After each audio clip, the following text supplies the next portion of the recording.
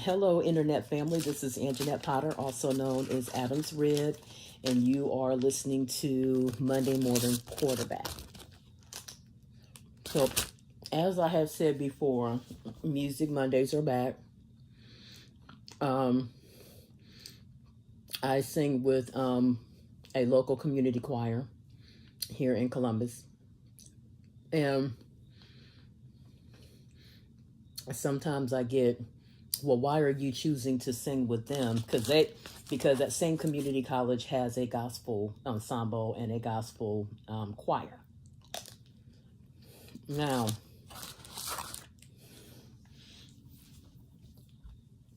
and my introduction back into music is through gospel or praise and worship. And I think it's interesting that many people assume that because you're black, that you would want to sing only certain types of music. That you should only want to do R&B or gospel because you're black.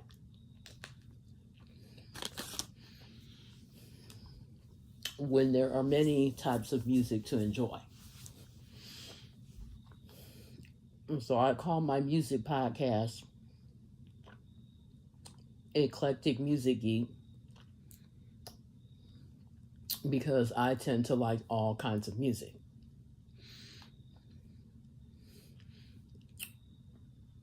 So the reason why I didn't choose to go with the gospel ensemble there is because I stepped into the gospel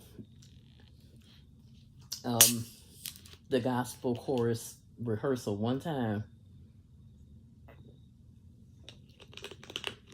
and I felt such negative energy and such a negative force field, I guess you would say. It felt like there was such negativity coming off of it, and I'm like, I don't even think so. Don't think because we are the same color that I have to put up with a bunch of negativity and craziness. And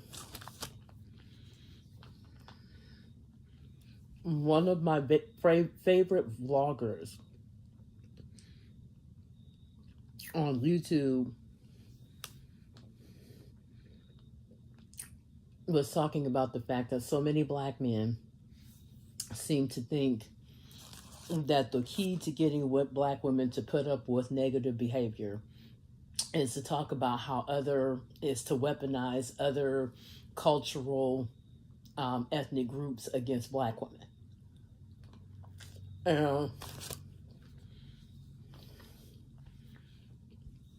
There are times when I listen and I'm like, if you really ever took the time to record yourself and think about how you sound when you say certain things. So many men seem to want to have a running commentary on women's physical appearance and different things, and that is almost comical.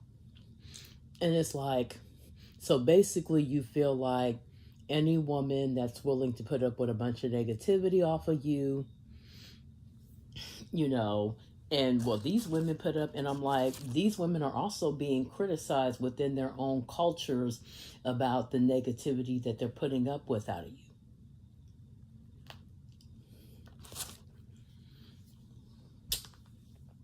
So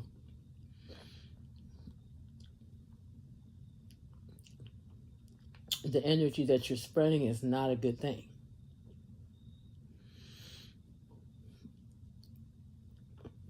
So the vocal course that I sing with over at my alma mater is, mainly white, and we do everything from show tunes to jazz to classical, And I like it because it stretches me musically.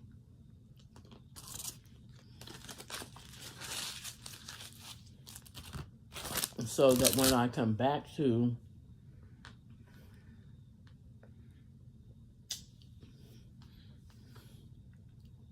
gospel, praise and worship, or even R&B, I feel a little more relaxed.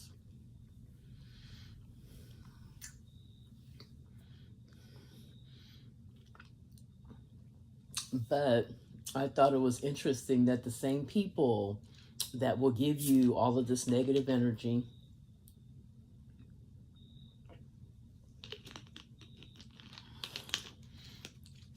and negativity will then get mad at you because you don't want to be around it all the time. And it was like, listen, I just left a church where I had to deal with that whole, and the bad thing is, it's almost like those same people will try to make you feel like you're not black enough because you are not putting up with a bunch of negativity out there, for not wanting to be exposed to it and not wanting to let it drain you. And like, no, I don't owe you that.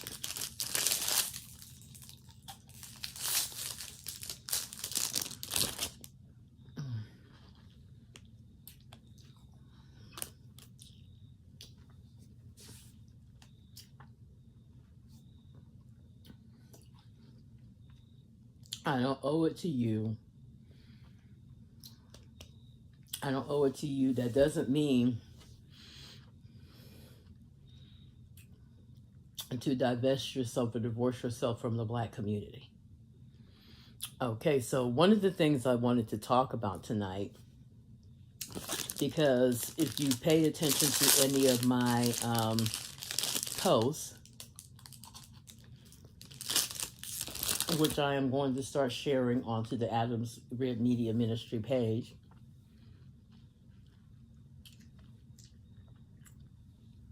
I've talked about how I feel like the divest movement, which is aimed at black women, is satanic. And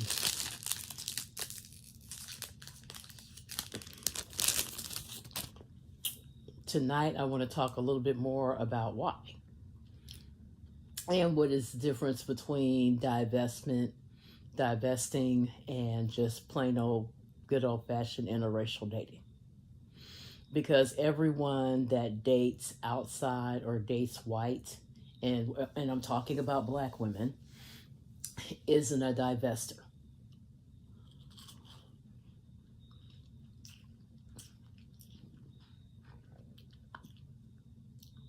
I remember when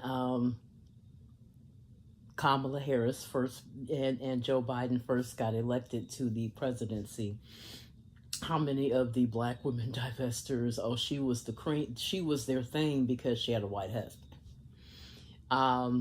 And how many people were like here for the latest inductee into the Supreme Court also has a white husband.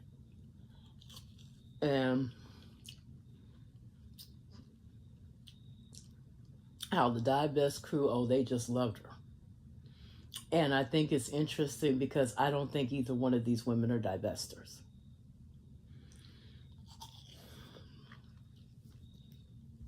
I think they just happen to have white husbands. Okay?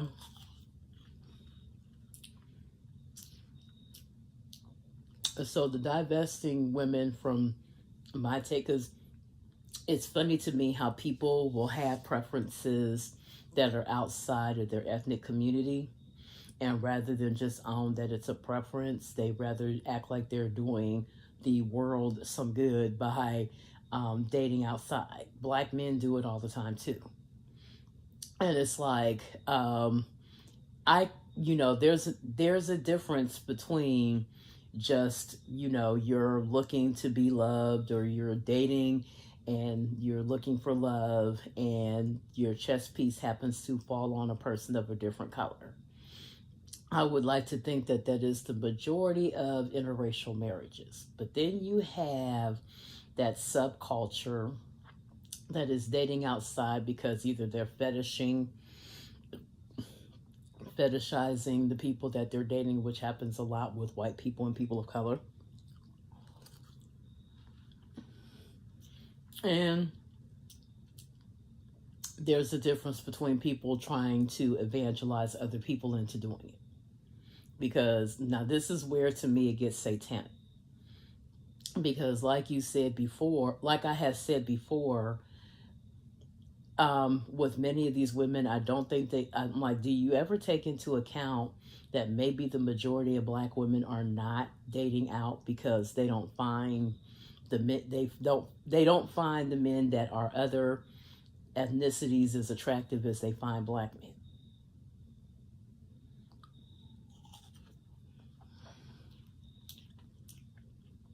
Because dating nowadays and marriage nowadays, most people are not arranging marriages.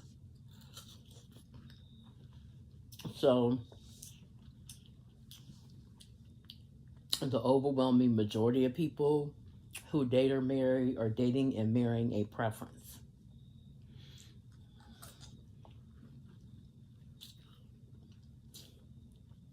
And I think some people have a hard time arranging their mind around it. So the difference between divestors to me, is almost like they're divesting from the entire black community when you're talking about black women. Whereas people who just have a healthy relationship that happens to be interracial, the key is healthy. If you're being asked to completely divest yourself from your support system, then that is divestment. Okay, and that is demonic. Because usually one of the ways abusers, a man who may be abusive, will groom you is to isolate you from your community. A white man who is just interested in you for you and isn't racist and isn't bringing racist connotations to the relationship will embrace your culture as well. That doesn't mean they turn, like, say, that doesn't mean, let's say it's a white guy dating a Mexican woman, that doesn't mean he becomes Mexican. It means he accepts that she is Mexican. And he accepts the parts of her culture. Now, everybody that's Mexican is probably not die-hard Mexican. And when I say die-hard Mexican, they may not be doing everything that their culture dictates, if that makes any sense at all. You know, it's just like people of different religious origins, like, let's say you're Jewish. Now, there's orthodoxy, which is they're observing it in the strictest way possible according to their interpretation, because people have many interpretations. And then you have those who say they're Jewish but probably see a synagogue about maybe once a year. Okay.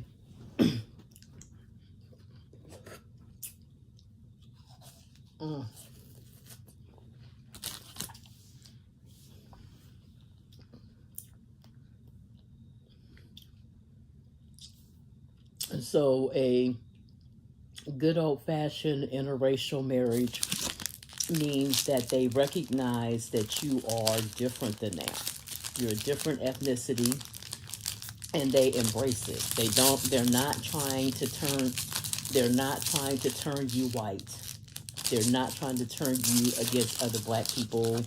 They accept that your politics may not be the same as theirs, because your political leanings are going to be more based on your experiences in life, and they're subject to change.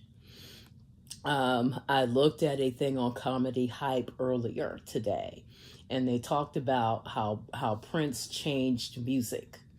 And they talked about, because a lot of people, I think, were under the impression that it was gangster rappers that are responsible for the warnings that are on your music, and they're not.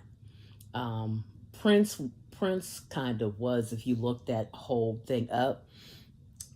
Tipper Gore, Al Gore's wife, accidentally bought the album Purple Rain for her 11-year-old daughter, and she heard the song Darling Nikki. And so Darling Nikki, if you have ever listened to it, it's raunchy. Okay, and that was in the days of raunchy Prince. So nobody that was an actual fan of his was shocked at the song. And so she didn't do her research, and so that's where the whole calling for warnings on music. So when the whole thing first started, I remember being pro artist. I don't really believe in censorship. Censorship goes against your freedom of speech. And, the whole free speech thing, which is contained in the Constitution. And so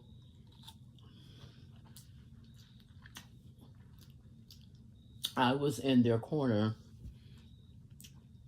until one day I happened to be at work and I saw a little 4 or 5-year-old girl, and she was singing a song that was very sexually explicit and very inappropriate for her age.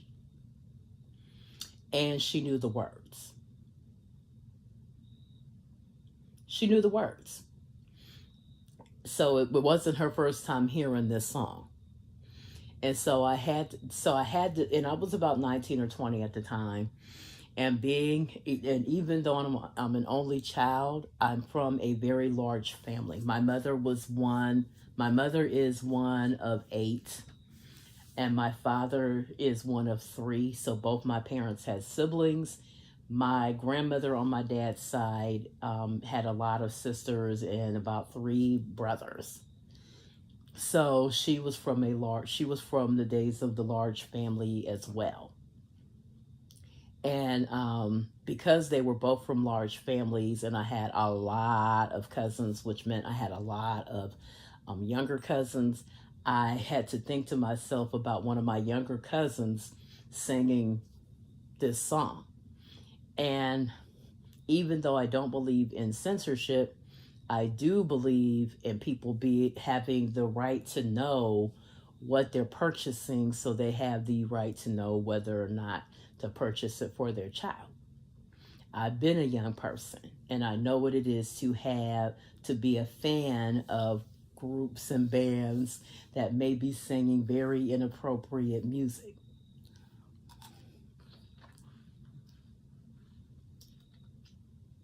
Much as parents would like us to, very seldom do we fan within our own age group. So I remember shortly after David Bowie passed, I'm like, he had even been dead a whole week.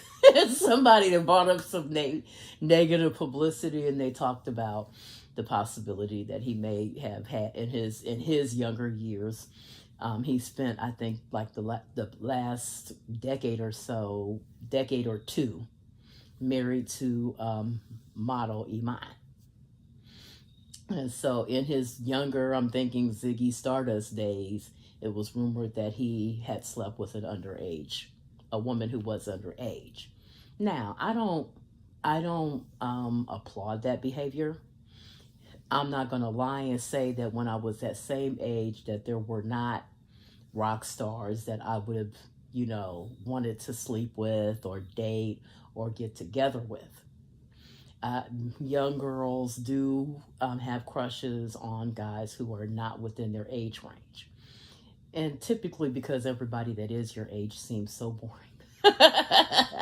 The word we always used to use was immature. They just don't seem like they on your level, mature wise. The older guys are just more exciting and more blah blah until you actually experience an older guy and they don't act right towards you. Then you realize why your parents went out of their way to protect you from the older guy.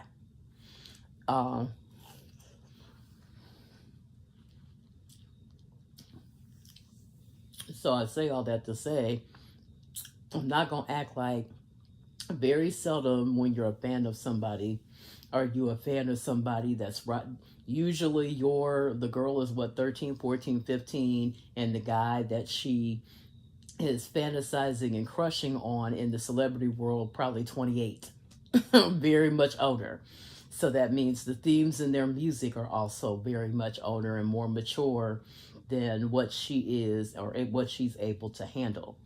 So I think, like I said, when I saw this girl singing this music, and like I said, if you know the words, that means you've heard it a number of times to be able to know the words.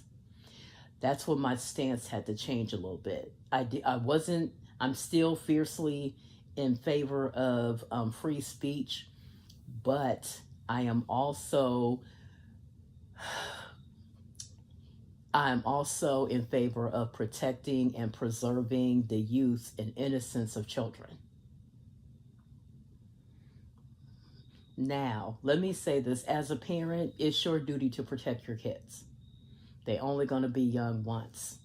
And if that means not listening to certain things, they showed a clip of Cardi B playing a song in front of her child, Culture. And she played this song, and Culture came into the room, and Cardi was just like, hurried up and turned it off. I'm like, now, there's some things that change, and it didn't take me having a child of my own for my opinion to change. And, when people talk about free this and free that, I'm like, you will change your mind when you have children of your own and you care about what they're being exposed to.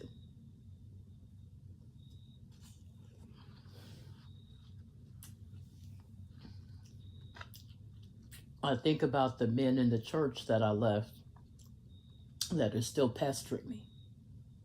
You care.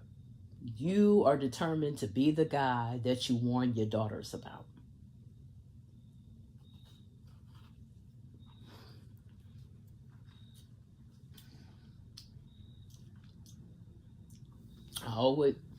You are responsible for not being, and the bad thing is so many men want to be that person in some other woman's life because she's not their daughter. And they don't have to care. Now, as a woman, let that be a scary thing to you, that a man will protect his own daughter from behavior. And it's like, I remember saying in a church one time to a pastor, and he mocked me. And I was like, that is a red flag to me, because it says it's okay for me to be that Negro to some other woman that I'm not connected to, but turn around and be the very nightmare that I'm warning my own daughter against.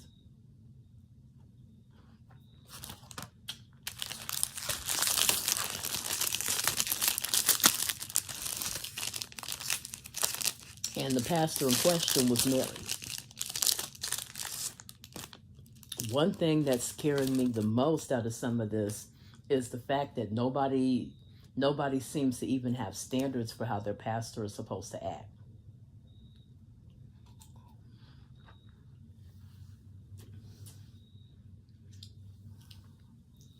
Now you may say, well, what does this,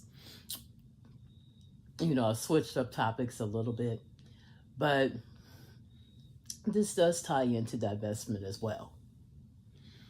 Okay? Because if you as a black man have faith in your ability to be a good father and good husband, then you would not tell black women what not to expect out of you.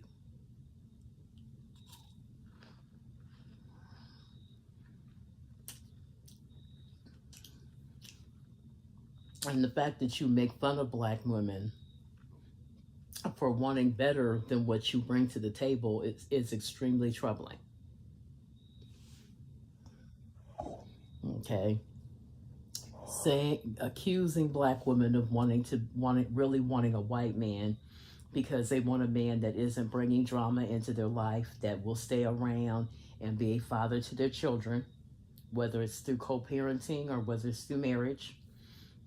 wanting a man that brings home his money instead of, it going to the streets, treats them with respect, is faithful to them, isn't bringing home anything that they didn't leave home with, is ridiculous.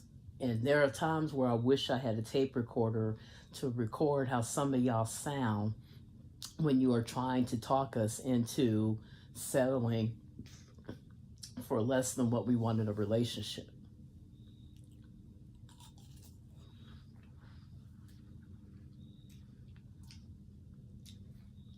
I just recently watched a episode of Love and Hip Hop where one of the guys that used to be y'all's dude back in the day, Young Jock, just recently got married. Now, Young Jock got to be in his early 30s, so that timetable is probably, but he almost messed himself up because he had all them kids. And the woman that he intended on marrying was talking about where she may not want any children with it. I know y'all remember that episode. And it's funny to me how how guys will do stuff you will get into antics. I call it antics. That almost cost you the type of woman that you want because of some mess that you went out here and did in your past.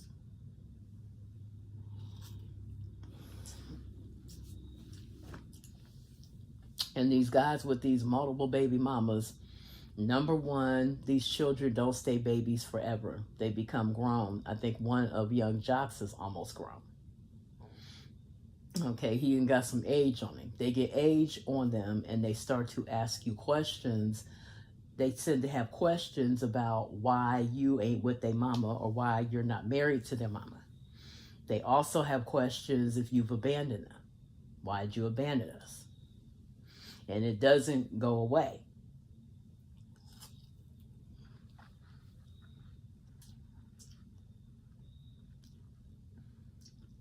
Anyway, I got to see the episode where they got married. And there was a rumor that he fathered a break baby. Okay, so bringing another child into the world whose mother you are not going to be with permanently. Okay, and then, engaging in risky sexual behavior, socially irresponsible sexual behavior with women that you don't know how that woman feel about you at all. I always find it funny that black men will say black women are too much drama, but then I look at the behavior that you practice toward black women and your preferences, and the behavior is not any different.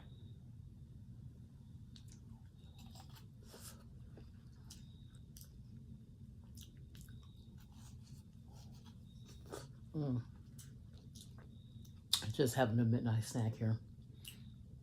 I don't know why I enjoy eating. I end up eating while I'm up here talking to y'all. But this be me.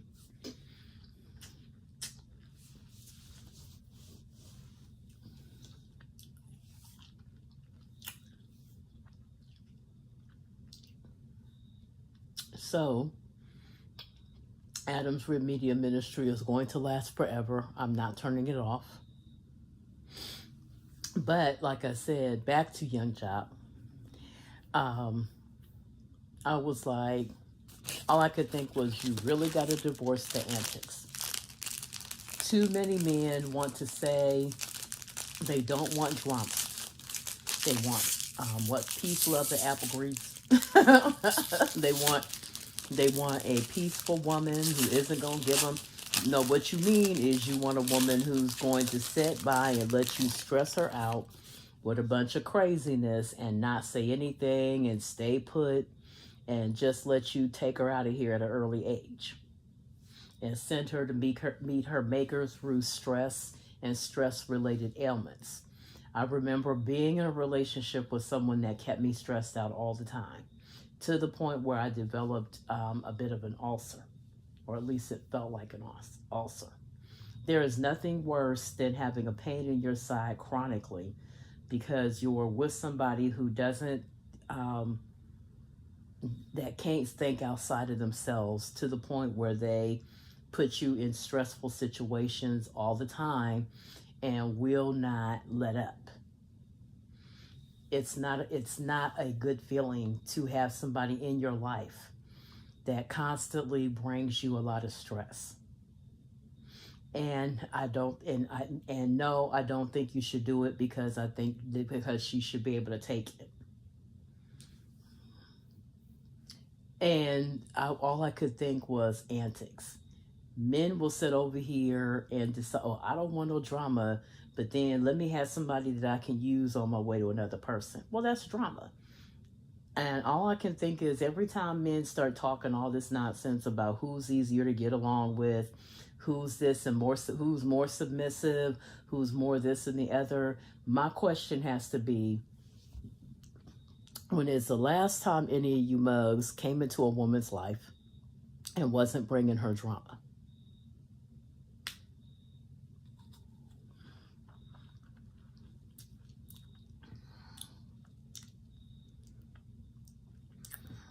And I ain't talked about no who you picked him mess. Because 9 times out of 10, you know if you're lying to get the woman. You know if you're falsifying your resume so that you can get the job. You know what I'm talking about. So it's always interesting to me the number of men who don't want you to bring them any drama, but don't have any hesitancy about bringing it to you.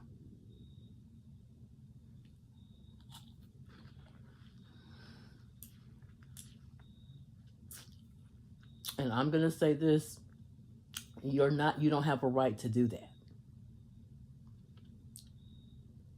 You don't have a right to bring a woman drama. And we have every right to say no if we anticipate you being a man that's going to bring us drama.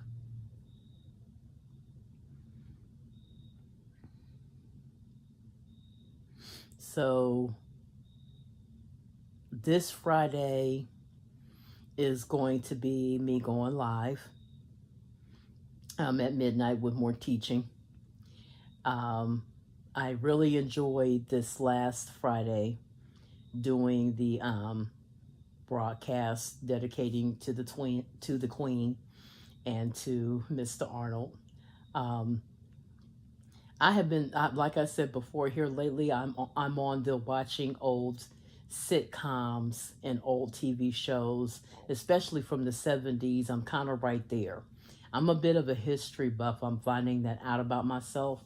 So I like watching some of this older stuff because it's like a time capsule, because it gives you some insight into how far we've come racially, where we are in the gender divide as far as women's rights.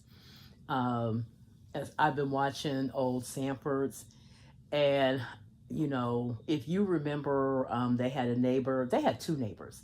They had one neighbor named Julio who was Puerto Rican. Now that was kind of a big deal because over in Los Angeles, most of them are not Puerto Rican. They're Latin, but they're not Puerto Rican. Most of them, I think, are like Mexicans. And so there's a difference. Like, I'm learning that with different cultures, like Latins are not all Mexican, but I used to work with this girl, and whenever she would see every time she would see an Asian, she would call them Chinese.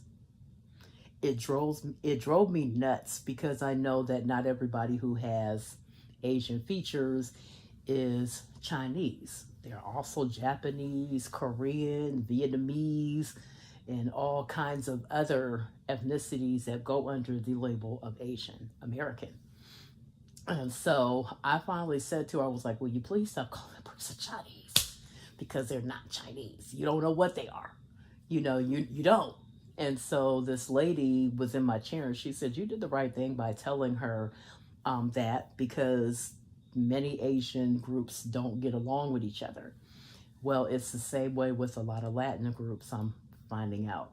I worked at this call center, and they had a row that was, Spanish speaking.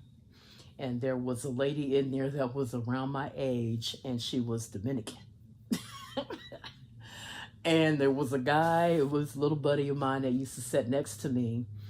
And so they had me laughing because for some reason he seemed to be her dude to boss around. I don't know what it was, but every time she wanted somebody to do something for her, she would look for him. And, as a young guy, of course, he'd be trying to run and hide. And so I was like, maybe she got a crush on you. Teasing with him. And so finally, somebody said, well, where's your little, where's your little girlfriend? Where's such and such? He said, you mean the Dominican? And it was so funny to me because I was like, oh, well, that tells me what I want to know. And so, you don't know. Anyway, back to Sanford and Son. He was, if you remember Fred Sanford really well, he was a bit of a bigot. He did not like the fact that this dude was Puerto Rican, and he gave him all kinds of grief for being Puerto Rican. Well, Lamont had another friend named Achu that was played by Pat Morita, Arnold from Happy Days, and Mr. Moriarty, I think, from The Karate Kid. And so he kept giving him grief about being Asian, which I think trying to remember if he was Japanese. And so he would give him all kinds of grief. Well, I remember one line that Julio said to him. He said, you remind me of my father. And I thought about it and I'm like, well, Fred Sanford's age group, George Jefferson's age group, Archie Bunker's age group, and different one, and possibly Julio's father. I'm like, his father could have been a bigot. Because if you go back enough in some people's family line, that's what you'll find. That many of them had very fixed ideas about each other, and it resulted in a lot of bigotry.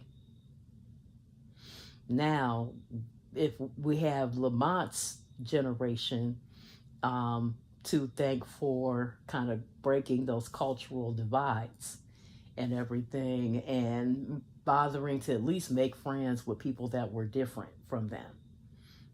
So, like I said, I'm finding out. But what's really, really kind of tickling me is how misinformed Hollywood and other people were about the LGBTQ community, and how confused they had different parts of that community.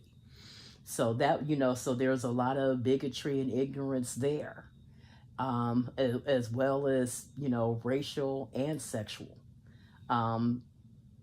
different things that men thought about women. Okay, and women's having to have, and the continual fight that many women have for basic human rights. And we're still fighting for it, even within the church. So I am going to go here. I've taken up a little bit of your time this Friday. I will be going live at midnight. And I will be I'm going to discuss a little bit more about divest. But like I said, every black woman that is married to a man who is not black is not divesting.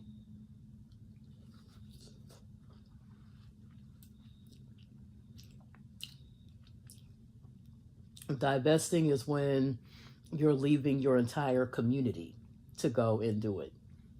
And, like I said, to me, it's hellish. Some of the messages that are being said against black men, even though I don't agree with everything that black men do, and I hold black men accountable when they decide to act a fool with black women, even though I am a black feminist, I am not anti-black man. People need to recognize that feminism does a lot of service toward men and women by equaling things and fighting for women's rights. Think about, like I said before, about the whole trying to roll back the clock by making abortions illegal and then arresting women for getting abortions. This is a scary time. And the fact that many people are trying to whitewash events in history.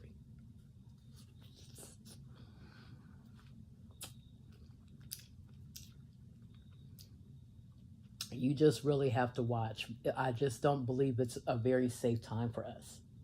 And you really need to pray about so many situations, and especially in the Christian faith. So I will talk more about this coming Friday.